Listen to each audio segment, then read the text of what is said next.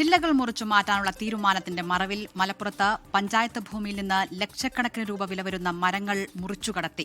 താഴേക്കോട് പഞ്ചായത്ത് സെക്രട്ടറിയുടെ പരാതിയിൽ പോലീസ് ഇപ്പോൾ കേസെടുത്തിട്ടുണ്ട്.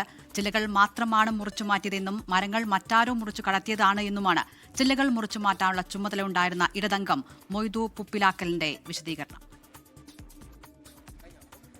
മരത്തിന്റെ ചില്ലകൾ കെട്ടിടത്തിന് ഭീഷണിയാണെന്ന താഴേക്കോട് ഗവൺമെന്റ് വനിതാ ITI, അങ്കനവാടി, മറ്റു സ്വകാര്യ സ്ഥാപനങ്ങൾ എന്നിവിടങ്ങളിൽ നിന്നുള്ള പരാതിയെ തുടർന്നാണ് ചില്ലകൾ മുറിച്ചു മാറ്റാൻ പഞ്ചായത്ത് ഭരണസമിതി തീരുമാനമെടുത്തത്. പൊതുശ്മശാനത്തിലെ മരത്തിന്റെ ചില്ലകൾ വെട്ടാനായിരുന്നു ഏപ്രിൽ 24-ന് തീരുമാനമെടുത്തത്. ഇടതംഗം മൊയ്തുപ്പ പിലാക്കലിന് ചുമതലയും നൽകി. ജൂൺ 10-ന് നടത്തിയ പരിശോധനയിലാണ് മരങ്ങളും മുറിച്ചതായി കണ്ടെത്തിയത്.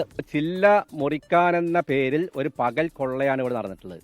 50-ലധികം മരക്കുറ്റികൾ നമ്മളിവിടെ കാണുന്നുണ്ട്. അതോടൊപ്പം തന്നെ ഇവർ ചെയ്തു വെച്ചിട്ടുള്ളത് ഇത് ഹൈഡ് ചെയ്ത് വെക്കുന്നതിന് വേണ്ടി, ഒളിപ്പിച്ച് വെക്കുന്നതിന് വേണ്ടി ചപ്പൊക്കെ ഈ മരക്കുറ്റികളുടെ മുകളിലേക്ക് വലിച്ചിട്ടിരിക്കുകയാണ്. ഒരു 15 ലക്ഷത്തോളം രൂപയുടെ നഷ്ടം ഇവിടെ പഞ്ചായത്തിന് ഉണ്ടായിട്ടുണ്ട്. തേക്ക്, മട്ടി, പൂവാക, ഉപ്പന തുടങ്ങിയ 28ഓളം മരങ്ങൾ മുറിച്ചെന്നാണ് പഞ്ചായത്ത് സെക്രട്ടറിയുടെ പരാതിയിലുള്ളത്.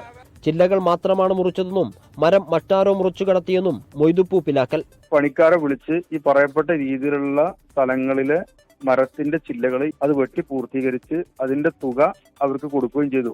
അതിനുശേഷമാണ് ഇതിന്റെ മറവില് ഈ വെട്ടാൻ പറഞ്ഞതിലും അതിന്റെ ബാക്കിലൊക്കെ ഉള്ള ഏതാനും ചില മരങ്ങൾ നഷ്ടപ്പെട്ടിട്ടുള്ളത്. സംഭവത്തിൽ LDF-ഉം UDF-ഉം തമ്മിലുള്ള രാഷ്ട്രീയ വിവാദങ്ങൾക്കും തുടക്കമായിട്ടുണ്ട്. 24 മലപ്പുറം.